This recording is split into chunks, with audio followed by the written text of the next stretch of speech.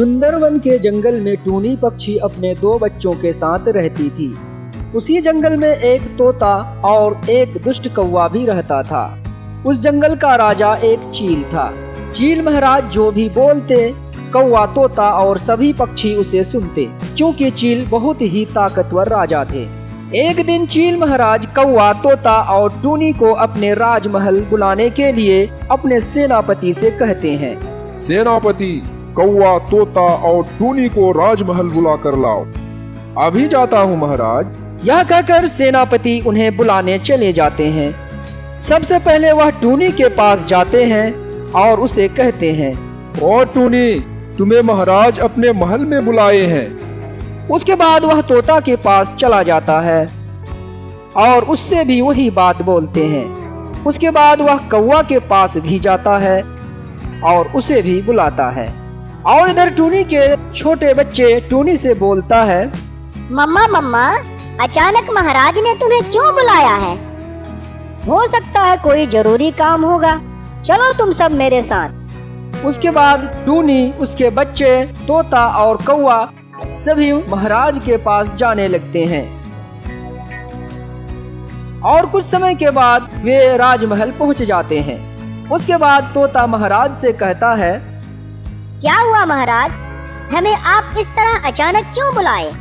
बोले महाराज, क्यों बुलाए हैं? महाराज, इस तरह से अचानक क्यों बुलाए, कुछ समझ में नहीं आया। उसके बाद महाराज बोलते हैं, सुनो, तुम्हें बुलाने का कारण यह है कि दूसरे महाराज से बात करने जा रहे हैं। ये तो ठीक है, पर हमें यहाँ क्यों बुलाए हैं? अरे तोता, तुम कुछ ज्यादा ही बोल रहे हो। पहले मुझे मेरी बात तो खत्म करने दो। क्षमा करें महाराज, आप अपनी बात कीजिए। सुनो, मैं जो बाहर जा रहा हूँ, तो अब तुम सबको ही राजमहल का देखभाल करना होगा, क्योंकि राजमहल में कोई नहीं रहेंगे। क्यों महाराज? आपके साथ जो आपके सेनापति है उन्हें रखकर जाएंगे तो क्या होगा? अरे कौवा, तुम भी ना। मैं क्या अकेला इस जंगल से बाहर जाऊंगा? अगर अकेला जाऊं तो कोई विपत्ति आए तो कौन रक्षा करेगा? इसलिए मैं मेरे सेनापति को अपने साथ ले जाएंगे। तभी टूनी बोलती है, कोई बात नहीं महाराज, हम सब राजमहल का देखभाल अच्छी तरह से कर लेंगे। टूनी, तुम इस कारण बहुत अच्छी लगती हो। तुम सही में बहुत अच्छी हो। इसलिए मैं सोच कर रखा हूँ कि मेरे गुजरने के बाद तुम्हें यह मुकुट पहनाकर इस जंगल की रानी बनाऊं। यह बात सुनकर कौवा मन ही मन जलने लगता है और मन ही मन बोलने लगता है, चील महाराज ये क्या बोल रहे हैं? उनके मरने के बाद ये मुकुट उनको दिया जाएगा और इस जंगल की रानी टूनी होगी। तभी तोता बोलता है, महाराज, टूनी तैयार है और मैं भी तैयार हूँ। क्या कौवा, तुम भी तैयार हो? जी, मैं भी तैयार हूँ। पर मैं मेरा सर का मुकुट यही छोड़कर जाऊंगा। तुम सब इसकी देखभाल करना। तभी तोता बोलता है, क्यों महाराज, इतनी कीमती चीज आप तो अपने साथ भी तो ले जा सकते हैं। अरे तोता, तुम बेवकूफ हो क्या? अगर मैं यह मुकुट लेकर जंगल से गुजरूं तो जंगल के डाकू इस मुकुट के लिए मुझे जान से मार भी सकता है। सही बात है, पर मैंने यह सोचा ही नहीं था। सुनो, तुम तीनों इस मुकुट का पहरा एक एक दिन करके तीनों 3 दिन करेंगे। इससे तुम्हें परेशानी कम होगी। और अगर तीनों दिन कोई एक पहरा करेगा तो बहुत ज्यादा परेशानी होगी। तभी टूनी बोलती है, आप फिक्र ना करें महाराज, आपके कहने के अनुसार हम लोग एक एक दिन इस मुकुट का पहरा करेंगे। यह कहकर सब अपने अपने घर वापस चला जाता है।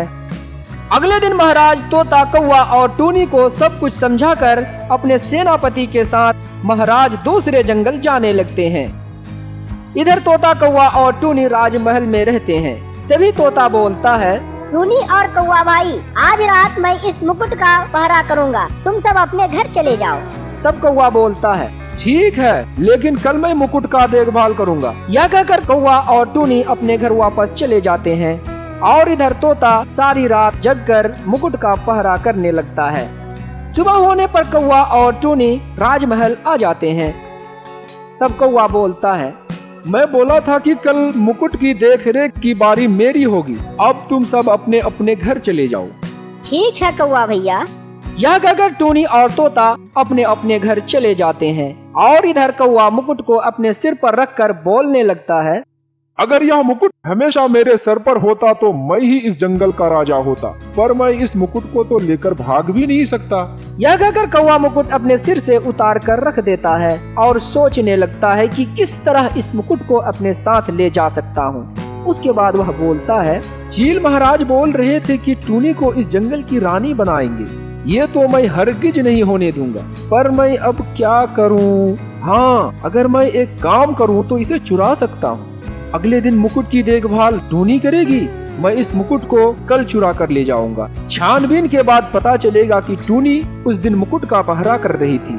मुकुट नहीं मिलने पर टूनी को जंगल से निकाल दिया जाएगा। उसे निकालने के बाद चील महाराज मुझे मुकुट पहनाकर इस जंगल का राजा बना देंगे। यह सोचकर कौवा मुकुट का पहरा करने लगता है।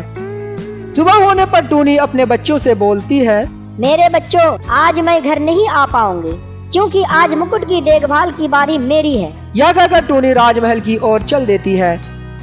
राजमहल पहुंचकर वह बोलती है, तोता और कौवा भैया, आज दोनों एक एक दिन करके 2 दिन मुकुट का पहरा किए हैं। आज तीसरा दिन है।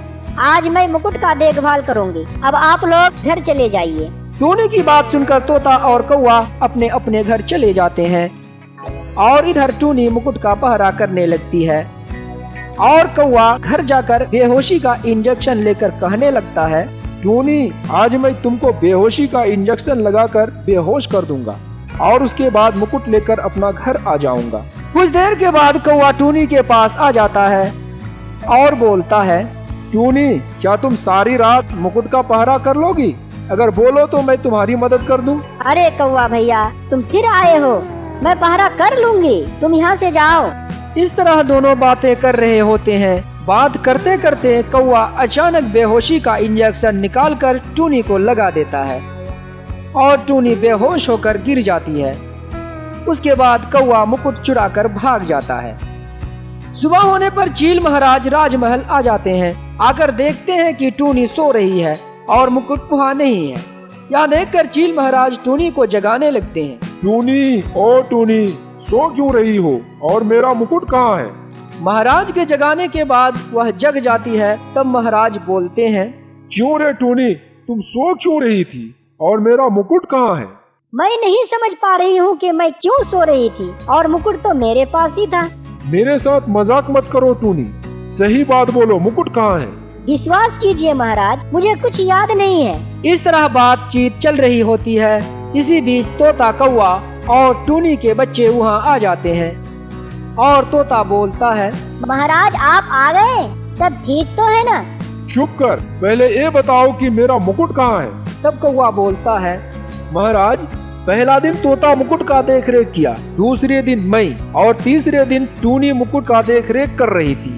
टूनी से ही पूछिए मुकुट कहाँ है। टूनी, मुकुट कहाँ है, निकालो, कहाँ रखी हो? महाराज, सच में मैं मुकुट का पहरा कर रही थी, पर मुकुट कहाँ है मुझे पता नहीं। तभी कौवा टूनी के बारे उल्टा सीधा बोलने लगता है। महाराज, टूनी जरूर मुकुट किसी को दे दी है। आपके मर जाने के बाद यह इस मुकुट को पहनकर इस जंगल की रानी बनेगी। गलत बात मत कीजिए कौवा भाई, मैं झूठ नहीं बोल रही हूँ। मैंने किसी को मुकुट नहीं दिया है और मुकुट कहाँ है मुझे पता नहीं। मैं कुछ नहीं जानता, बस तुम मेरा मुकुट निकालो। सभी मुझ पर विश्वास करें, मुकुट कहाँ है मुझे पता नहीं है।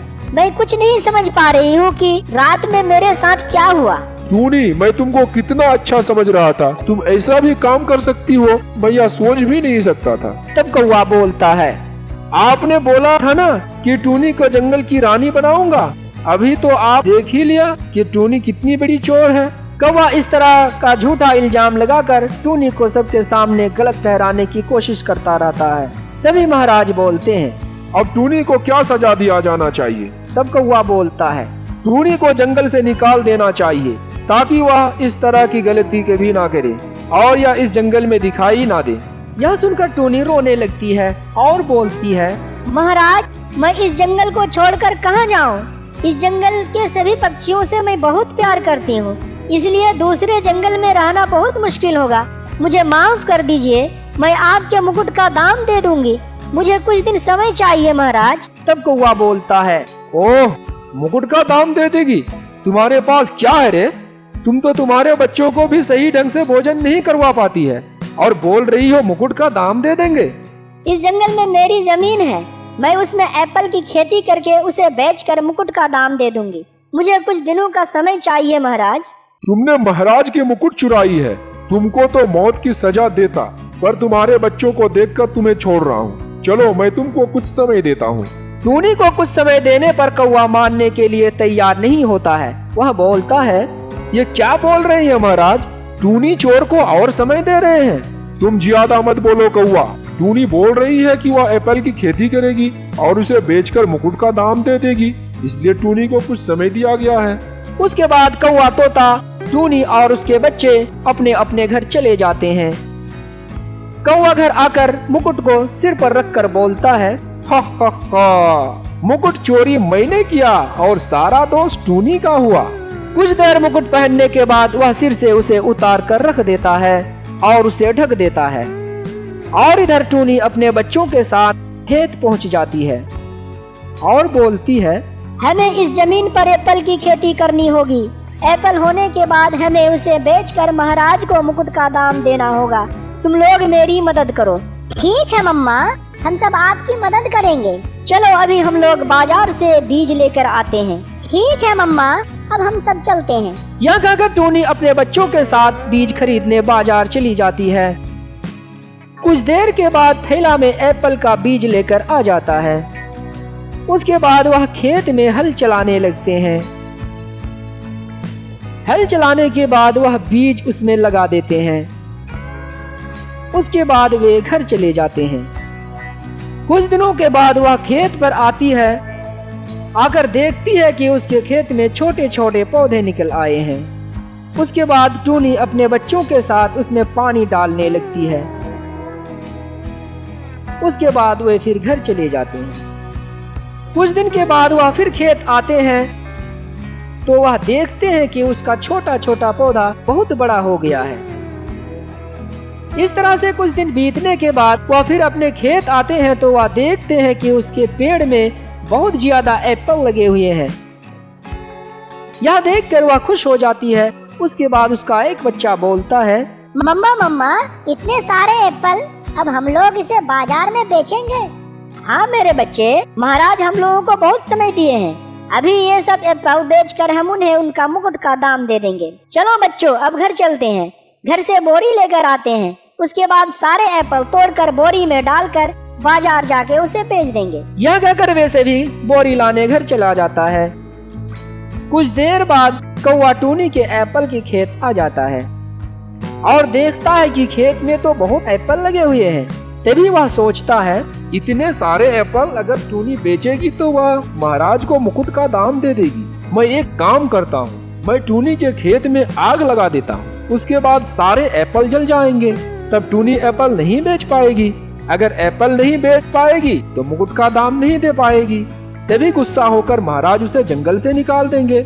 उसके बाद इस जंगल का राजा मुझे ही बनाएंगे। कौवा यह बोलकर टूनी के खेत में आग लगा देता है और कहने लगता है, हा हा हा, टूनी इस बार मैं तो तुम्हें जंगल से निकाल कर ही रहूंगा और राजा मैं ही बनूंगा। यह कहकर कौवा अपना घर चला जाता है। अगले दिन टूनी और उसके बच्चे बोरी लेकर अपने खेत आते हैं तो देखते हैं कि उसके सभी एप्पल का पेड़ जलकर खत्म हो गया है। यह सब देखकर टूनी की पैर तले जमीन खिसक जाती है और वह रोने लगती है और कहने लगती है, हाय रे, ये क्या हो गया, सारे पेड़ जल गए। कितनी मेहनत से इसे उगाया था, अब मैं कैसे महाराज के मुकुट का दाम दूंगी।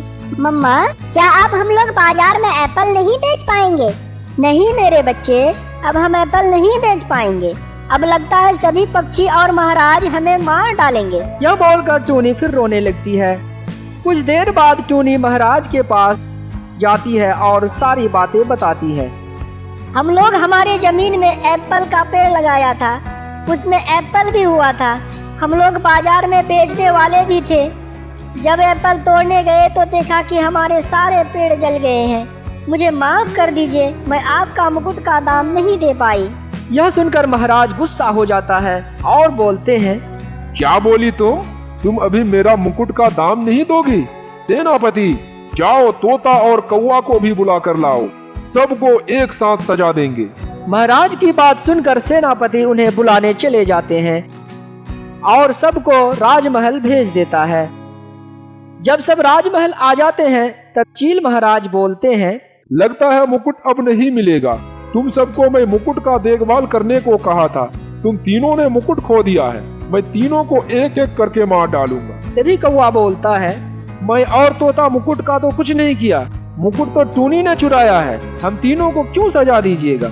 इधर सब इस तरह की बातें करते रहते हैं और उधर सेनापति सभी के घोंसले में मुकुट ढूंढने लगते हैं, यह पता करने के लिए कि सच में मुकुट किसने चुराया है। इस तरह सबसे पहले वह टूनी के घोंसले में मुकुट ढूंढता है, फिर वह तोते के घोंसले में चला जाता है, पर उन्हें वहाँ मुकुट नहीं मिलता है। उसके बाद वह कौवा के घोंसले में आ जाता है। कौवा के घोंसले में देखता है कि मुकुट छिपा कर रखा है, तब उसे निकाल लेता है और राजमहल की ओर चल देता है। राजमहल आकर सेनापति बोलता है, महाराज मुकुट मिल गया है। अरे ये तो मेरा मुकुट है, कहाँ मिला। महाराज मैं पहले तोता कौवा टूनी को आपके पास भेज दिया और आपने इन्हें बातों में उलझा रखा, और जैसे आपने बोला था जब सभी घोंसले से निकल जाए तब तुम उसके घोंसले में मुकुट ढूंढना, मैंने वैसा ही किया, सबके घोंसले में मुकुट ढूंढा। शाबाश सेनापति शाबाश। बोलो किसके घोंसले में मुकुट मिला। यह सब देखकर कौवा सोचने लगता है, लगता है पकड़ा गया हूँ, आज मेरी खैर नहीं। मुकुट कौवा के घोंसले में मिला है महाराज। अरे दुष्ट कौवा, तुमने मुकुट चुराया था, तुम तो पकड़ा गया, अभी तुमको सजा दिया जाएगा। तब कौवा बोलता है, सेनापति झूठ बोल रहा है, मुकुट मेरे घोंसला में नहीं था। सेनापति खुद मुकुट छुपा कर रखा होगा और अब वह हमें दोष दे रहा है। अरे बेवकूफ कौवा, वे मुकुट कैसे चुराएंगे, ये तो मेरे साथ था। कौवा ये सब सुनकर समझ गया कि वह पकड़ा गया है। तभी वह मन ही मन बोलता है, लगता है पकड़ा गया हूँ, अब क्या करूँ, भाग भी तो नहीं सकता। अब महाराज से माफी मांगने के सिवा कोई उपाय नहीं। तब कौवा कहने लगता है, महाराज मुकुट मैंने ही चुराया था, मुझे माफ कर दो, मैं लालच में आ गया था। मुझे बहुत इच्छा था कि मैं इस जंगल का राजा बनूं। आप जब बोले थे कि टूनी को इस जंगल की रानी बनाऊंगा, तब मैं टूनी को आपके सामने चोर ठहराने के लिए मुकुट चुराया था। जब टूनी मुकुट का देखभाल कर रही थी तब मैंने उसे बेहोशी का इंजेक्शन लगाकर बेहोश कर दिया था और मुकुट चुरा कर ले गया था। मुझे माफ कर दीजिए महाराज। तब टूनी बोलती है, अरे कौवा भाई, तुम ऐसा भी करोगे, मैं कभी सोची नहीं थी। टूनी मुझे माफ कर दो, महाराज से मुझे बचा लो, महाराज मुझे मार डालेंगे। लेकिन एक बात मैं अब तक नहीं समझ पाई, मुकुट तो तुमने चुराया था, पर मेरे एप्पल खेत में आग कौन लगाया था। टूनी मैंने ही आग लगाया था ताकि तुम्हारा एप्पल बर्बाद हो जाए और तुम महाराज को मुकुट को दाम नहीं दे सको, मुझे माफ कर दो। तभी टूनी बोलती है, तुम्हारे जैसा दुष्ट कौवा को तो सजा मिलनी ही चाहिए, नहीं तो तुम एक बार ऐसा किए हो और आगे फिर कर सकते हो। तब महाराज बोलते हैं, अरे दुष्ट कौवा, मैं तुम्हारा गर्दन काट दूंगा, मुझे माफ कर दीजिए महाराज, मैं कभी आगे ऐसी गलती नहीं करूंगा। महाराज मैं क्या बोल रही हूँ कि मुझे जब ये जंगल से निकालने की कोशिश कर रहा था तो मैं ये चाहती हूँ कि इसे भी जंगल से निकाल दिया जाए।